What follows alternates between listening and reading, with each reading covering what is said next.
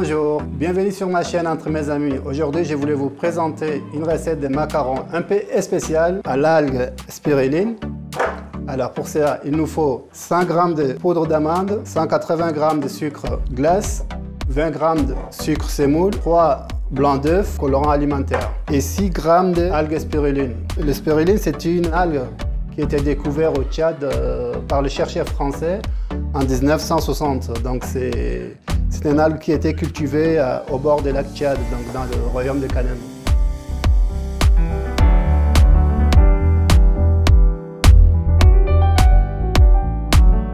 Alors pour ça, on va commencer par monter les blancs d'œufs.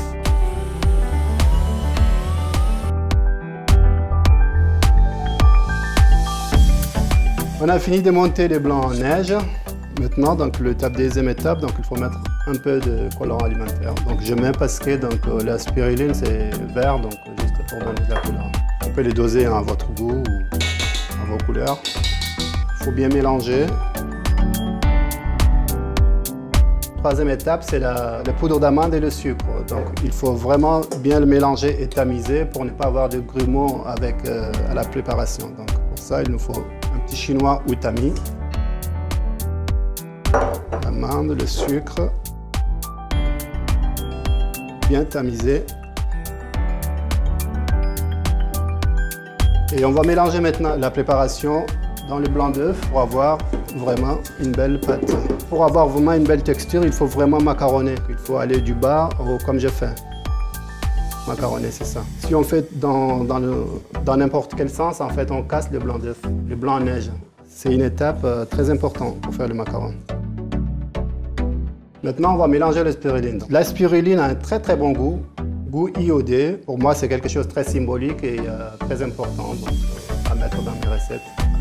Et je vous le conseille de le goûter, c'est très bon. Donc maintenant, on va pocher. Donc on prend une poche à douille avec une douille. Alors moi, j'ai une technique, un petit verre ou quelque chose.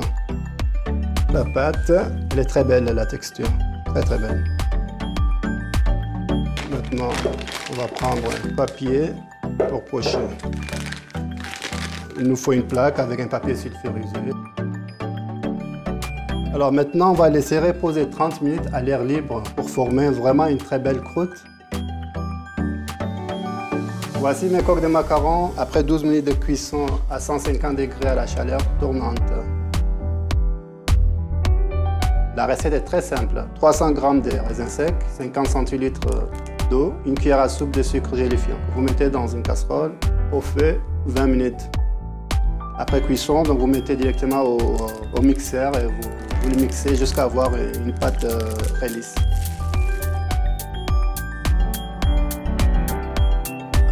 Maintenant, on va garnir, tout simplement.